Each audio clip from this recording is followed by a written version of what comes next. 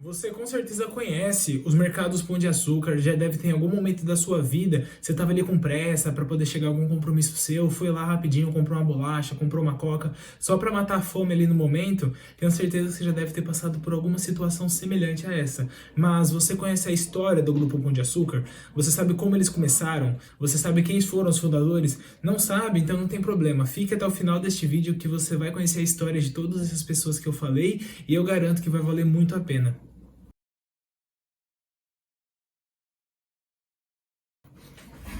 Fala, empreendedores e empreendedoras, tudo bem com vocês? João Vitor Lemos aqui para mais um vídeo, e neste vídeo eu quero apresentar para vocês a história de sucesso de um dos empresários mais bem-sucedidos que tivemos aqui no Brasil, tá? Ele ainda não faleceu, tá vivo, ainda tá conosco, então não é só uma história de sucesso que já foi muito grandiosa, continua sendo grandiosa porque ele continua vivo, ok? E a sugestão para este vídeo foi do GR Soluções através do nosso Instagram. E caso vocês não nos sigam ainda no Instagram, eu vou estar deixando o link do Instagram da nossa página aqui embaixo, tá? O Empreendedor do Futuro. Siga lá e ajude nós a chegarmos finalmente a 200 mil seguidores, tá? Falta 4 mil seguidores só, a gente consegue bater isso daí rapidamente.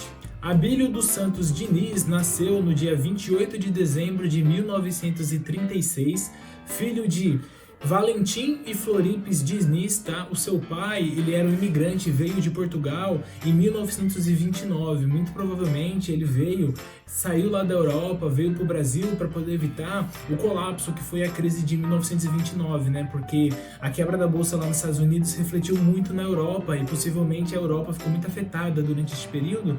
Possivelmente ele tenha emigrado da Europa e veio para o Brasil para poder evitar um pouco essa confusão que estava acontecendo na Europa após a quebra da bolsa de valores dos Estados Unidos. E quando chegou aqui no Brasil, ele desembarcou na cidade do Rio de Janeiro e ele já ficou fascinado com a cidade. Ele adorou a cidade do Rio de Janeiro e uma das coisas que ele mais gostou foi o Morro do Pão de Açúcar. Ele simplesmente ficou fascinado com o Morro do Pão de Açúcar.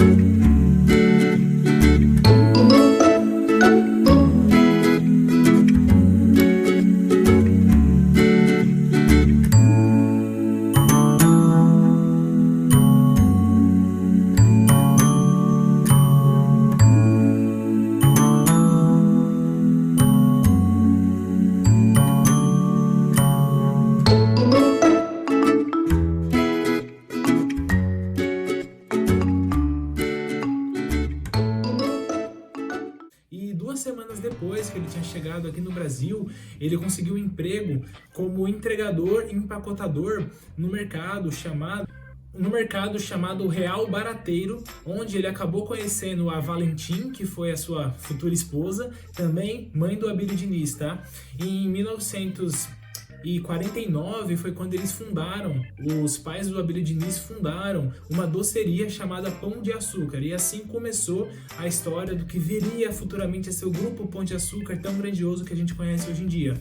O Abílio Diniz, por ele ser uma pessoa que ele era baixinho, que ele era gordinho e filho de imigrante, seu pai sendo português, ele sofreu muito bullying, ele sofreu muito preconceito dos seus colegas de escola, e com 6 anos ele começou a praticar vários esportes, e um esporte no qual ele se destacou muito foi o futebol. Ele era um ótimo goleiro, ele tinha muito destaque como goleiro, inclusive participou de vários campeonatos, e alguns campeonatos ele foi muito bem sucedido como goleiro. E com 13 anos de idade ele começou a se apaixonar por outros esportes relacionados a artes marciais. Ele começou a praticar boxe, e aí acabou essa história de ele sofrer bullying, ninguém mais vinha falar nada com ele, porque agora se viesse alguém zoar ele tinha como revidar que ele já estava muito mais desenvolvido, muito mais forte e sabia lutar arte marcial, né? Então já não tinha mais conversa.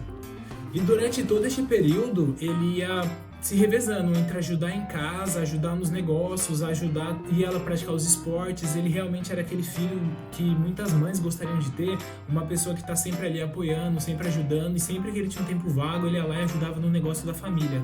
No ano de 1956, ele se formou no curso de Administração de Empresas na FGV, a Fundação Getúlio Vargas, que, para quem não conhece, é uma das universidades mais renomadas, né, que tem mais nome aqui no Brasil. É uma universidade realmente muito forte, e ele acabou se formando lá. E ele também fez o ensino médio num colégio muito forte, que era o Colégio Mackenzie. Então, realmente, ele teve um estudo assim, muito elitizado. Ele teve um estudo muito bom, seus pais conseguiram, tinha condição financeira para poder bancar escolas extremamente caras e escolas que tinham muito renome naquela época. E assim que ele se formou, ele estava pensando em começar a fazer uma pós-graduação nos Estados Unidos e também trabalhar em multinacionais lá.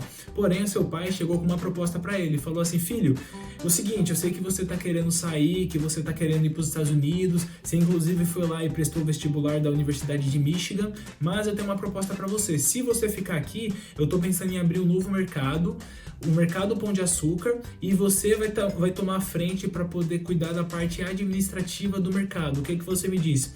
E como a Billie Jean já tinha essa vontade empreendedora nele, essa vontade de poder gerir negócios, ele tomou a decisão de ficar aqui no Brasil, aceitou a proposta do seu pai e ele começou a cuidar desse primeiro mercado que foi aberto no bairro de Gianópolis, aqui em São Paulo. No ano de 1960, o Abílio Diniz acabou se casando com Auriluce, tive que ler esse nome porque é um nome complicado de lembrar, e ele teve 4 filhos com ela, ok? E o legal desse casamento também, nessa época de 1960, foi porque o Grupo Pão de Açúcar começou a crescer muito. Após eles já terem aberto o primeiro mercado deles, que foi aquele que eu comentei com vocês anteriormente, lá no bairro de Gianópolis, eles abriram um segundo mercado, abriu mais um outro mercado que também rapidamente já foi crescendo, conseguiu ter um faturamento muito bom. E em 1965 eles fizeram a aquisição de 2 redes de supermercado muito forte. A rede Sirva-se, que eles conseguiram fazer a aquisição, e a rede de supermercados Peg Pag.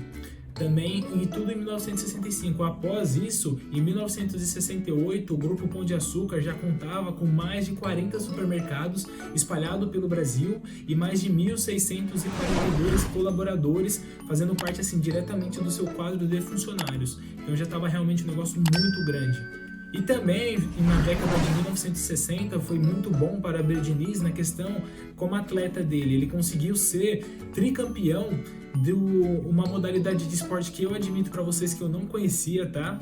Que é a motonáutica. Ele conseguiu ser campeão em 1968, 1969 e 1970. Eu vou estar deixando algumas imagens para vocês aqui de como que é esse esporte, porque eu admito para vocês que eu não conhecia esse esporte, tá? E também ele conseguiu ser campeão em um ano de 2 campeonatos que ele participou de automobilismo. Então realmente ele sempre se dedicou muito em esporte. Essa década de 1960 foi muito bom para ele porque conseguiu várias conquistas, em tanto profissional quanto pessoal na vida dele, né? Aí falando da década de 1980, 1970, é importante a gente ressaltar porque ele teve a honra, ele recebeu um convite de um amigo dele que chama Mário Henrique Simones, que era o atual ministro da Fazenda, para ele poder representar o Brasil, para ele poder fazer parte do CMN, que é o Conselho Monetário Nacional, que para quem não conhece, é basicamente a entidade máxima quando a gente fala do assunto economia. A única pessoa que o CMN, o Conselho Monetário Nacional, responde é o presidente da República. Abaixo dele que nós vamos ter o Banco Central, que a gente vai ter que é o Bacen aqui no Brasil, que a gente vai ter o Copom, que é o Comitê de Políticas Monetárias. Então realmente ele passou 10 anos como um dos representantes ali do Comitê Monetário Nacional, e é realmente uma honra que poucas pessoas conseguem ter, sabe? E ele considera que esse foi uma década praticamente perdida na vida dele, porque ele não conseguiu fazer muito pelo país estando ali, ele queria fazer muito mais, ele não teve as ferramentas, ele não conseguiu ali atuar como ele gostaria, e ele acabou se afastando do conselho da sua empresa. Então a sua empresa ficou um pouco de lado e ela acabou não tendo o melhor resultado possível, por causa dessa questão dele ter se mantido afastado durante uma década. Aí falando da década de 1980, a gente pode dizer que só aconteceu desgraça na vida dele. Foi uma década que eu tenho certeza que ele gostaria de apagar da história dele, porque realmente não teve coisas fáceis. A gente pode estar citando Primeiro, o pai dele veio a falecer, então teve uma disputa de sucessão entre os filhos para ver quem ia ficar como sócio majoritário da companhia. E essa disputa veio ali durando anos e anos e anos, e ela só se encerrou em 1994, que foi quando os outros irmãos foram lá e assinaram um contrato e deixou o Abílio Diniz como sendo realmente o sócio proprietário da empresa, proprietário do Pão de Açúcar naquele momento. E também, no dia 11 de dezembro de 1989, o Abílio Diniz acabou sendo sequestrado e ele passou 7 dias em um cativeiro subterrâneo, que ele relata que era assim um cubículo, era um negócio minúsculo, e ele ficou ali 7 dias presos, só recebendo o básico assim, de alimentação para não morrer de fome, mas eu não consigo nem imaginar como foi essa sensação, porque realmente é um negócio assim que eu não desejaria isso daí nem pro meu pior inimigo. Você ficar 7 dias preso, totalmente à mercê de outras pessoas. E ele passou por isso, e após ele sair, ele deu alguns relatos falando que após esse ocorrido, ele basicamente renovou a fé dele em Deus, porque ele é uma pessoa muito religiosa. Ele viu que a fé dele e a ajuda de Deus fez com que ele conseguisse sair dessa situação com vida. Então ele acabou renovando a fé dele, se tornando mais espiritual ainda, mais religioso ainda do que ele já era.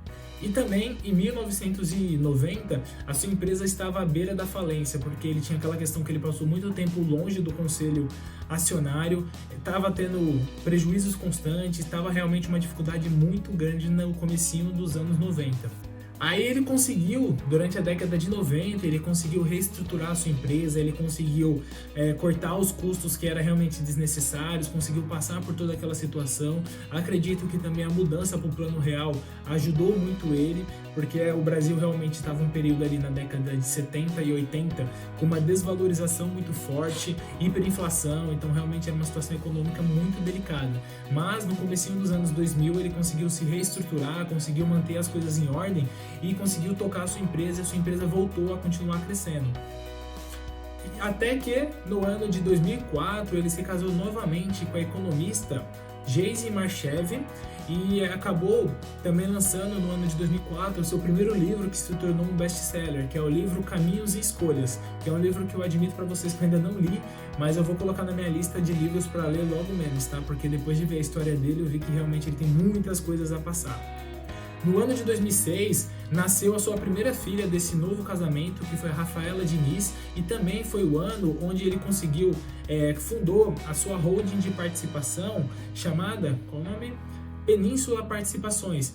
Holding de participação, para quem não sabe, é basicamente uma empresa que ela vai se tornar sócia de outras empresas, tá? Então, sócio pessoa física, ele vai ficar por trás da holding, e abaixo da holding é a holding que vai ter participação acionária em outras companhias, tá? Só para exemplificar para vocês, basicamente uma holding de participação é isso. Aí no ano de 2009 foi um ano muito importante para o Grupo Pão de Açúcar, porque foi o ano no qual eles conseguiram adquirir o Ponto Frio, que naquela situação, até aquela data, ele era a segunda maior rede de distribuição de venda de eletrodomésticos do Brasil, tá? Então realmente foi um marco assim muito grande, foi uma aquisição muito grande, e também estava rolando vários boatos sobre eles conseguirem fazer uma fusão com o Grupo Carrefour naquela época. Só que acabou, a negociação acabou não indo para frente, então isso daí acabou ficando de lado.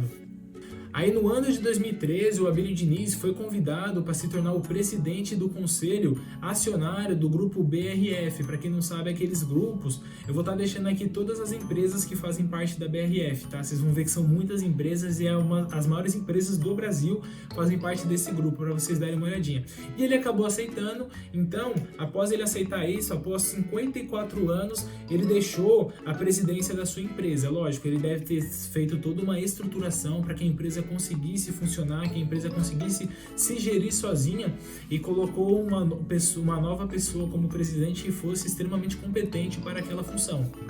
E no ano de 2014, o Abílio Diniz, lembra daquela negociação que eu comentei anteriormente com vocês, que eles tentaram fazer uma fusão do Grupo Pão de Açúcar com o Carrefour, que não deu muito certo? Eu acho que ele guardou um ressentimento, ele levou pro lado pessoal, porque aí em 2014 ele tomou a decisão, através da sua holding de participações, que é a Península Participações, ele foi lá e ele comprou várias ações do Grupo Carrefour Brasil.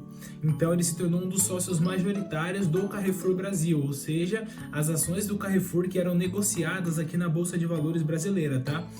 Só que aí no ano seguinte, em 2015, ele não queria só ficar limitado a jogar ali a Liga Regional, ele é um pouco sem graça, ele queria jogar o jogo dos adultos. Então o que ele fez? Ele foi lá, ele tomou a decisão de adquirir as ações do grupo Carrefour Global, que é realmente o Carrefour que gerencia todos os Carrefour espalhados do globo inteiro. Ele foi lá e ele se tornou o segundo maior acionista do Carrefour Global, ou seja, ele comprou muitas ações, ele investiu muito dinheiro no Carrefour Global. Ou seja, se você algum dia da sua vida for fazer alguma negociação com a Abílio Diniz, reze para dar certo, senão ele vai comprar a sua empresa. Bom, concluindo então, né, o que a gente pode analisar da vida e carreira do Abílio Diniz. Como empresário, sem dúvida ele foi fenomenal. Ele teve resultados muito bons e a gente pode observar que na história dele, aquilo que ele resolveu investir, que ele resolveu se dedicar, ele foi muito bem sucedido. E eu acredito muito que por causa dessa questão de ele desde novo sempre praticar esporte, ele aprendeu muito a questão da rotina, a questão do hábito, e ele implementou isso na sua vida, e esse com certeza foi um dos fatores que fez com que ele fosse muito bem sucedido. E é legal de comentar também sobre a vida dele. Uma vez eu vi uma entrevista dele que perguntaram para ele: pô, se você fosse começar uma empresa agora, do zero, por onde você começaria? Ele falou simplesmente: eu começaria pelo RH. Por quê? Porque empresas, a gente tem que pensar que dentro de empresas tem pessoas. Sem ter pessoas não tem empresa. Você pode ter a empresa, mas sem pessoas aquela empresa não vai dar certo. Mas não existe empresa sem pessoas. Então, o primeiro passo dele para poder começar uma empresa seria através de contratar bons profissionais, contratar ótimos colaboradores para que a empresa dele seja cada vez mais bem sucedida. E eu concordo totalmente com ele. Para mim faz total sentido isso daí. E você acha que faz sentido também? Comenta aqui abaixo, tá? Mas bom, este basicamente foi o vídeo, espero que todos vocês tenham gostado. Caso você gostou desse vídeo, clica aqui embaixo no gostei, compartilha esse vídeo para pelo menos 2 pessoas, só para dar aquela impulsionada, para ajudar esse vídeo a chegar em cada vez mais pessoas. Se inscreva no canal também, caso você não seja ainda inscrito, e até o próximo vídeo.